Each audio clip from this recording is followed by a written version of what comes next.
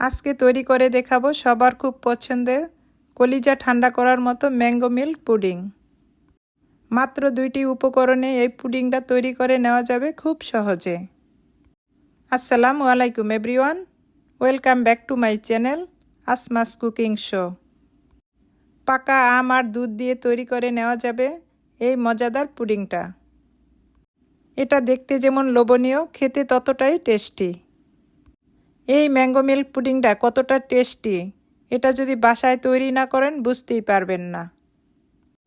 এই mango milk পুডিংটা তৈরি করার জন্য আমার লাগবে একটা বড় সাইজের পাকা আম। চেষ্টা করবেন আমটা যেন খুব ভালো পাকা হয়, এরকম আম নেওয়ার জন্য। এবার আমটাকে আমি ছোট ছোট টুকরো করে কেটে নিব। আপনাদের পছন্দ মতো যে কোনো সাইজের কেটে নিতে পারবেন।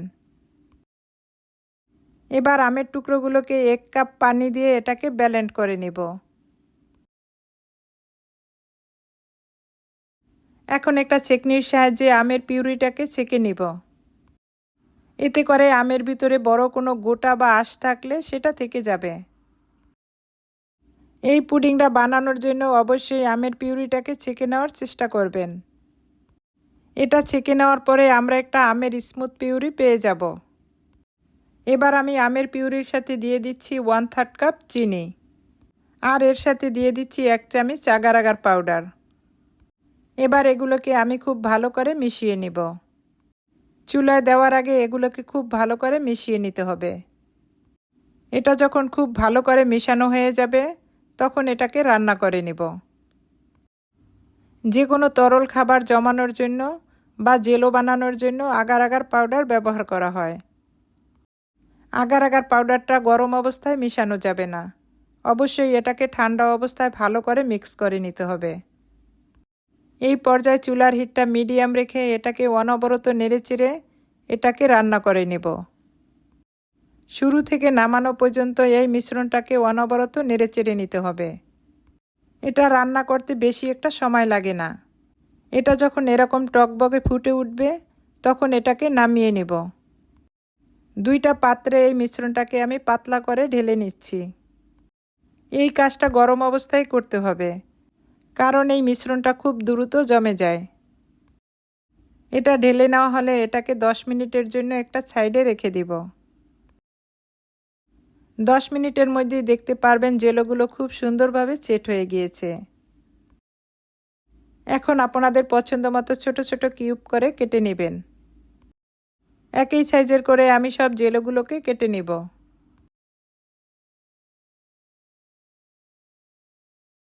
একটা জেলোর টুকরো আপনাদেরকে দেখিয়ে দিচ্ছি। জেলোটা ঠিক এরকম হবে। যেই মোল্ডের ভিতরে আমি পুডিংটাকে সেট করব সেই মোল্ডের ভিতরে আমি জেলোগুলোকে দিয়ে দিব। এরপর আমি যাচ্ছি দুধটাকে রেডি করতে। একটা পাতিলে আমি নিয়ে নিচ্ছি 2 কাপ লিকুইড দুধ। এখন এর সাথে দিয়ে দিব আমি 1/3 কাপ চিনি। এখন দিয়ে দিব 1 চামচ আগার আগার পাউডার। চিনির পরিমাণটা আপনাদের পছন্দ মতো বাড়িয়ে বা কমিয়ে দিতে পারবেন। এখন এগুলোকে খুব ভালো করে মিক্স করে নেব। এখন এর সাথে দিয়ে দিব 1 চামচ অরেঞ্জ ফুড কালার। এটা একদমই অপশনাল, যদি না দিতে চান স্কিপ করতে পারবেন। আমি শুধু দেখার সৌন্দর্যের জন্য ফুড কালারটা দিয়েছি। এখন চুলার জালটা অন করে এটাকে অনবরত নেড়েচেড়ে এটাকে রান্না করে নেব। এটাকে জাল করে ঘন করে ফেলার কোনো প্রয়োজন নেই। 2-3 বার বলক আসলেই এটাকে আমি নামিয়ে নিব। এটাকে সাথে সাথে চুলা থেকে নামিয়ে জেলোর ভিতরে ঢেলে নিতে হবে, কারণ এই কাজটা খুব দ্রুত করতে হয়। এই মিশ্রণটা খুব দ্রুত জমে যায়।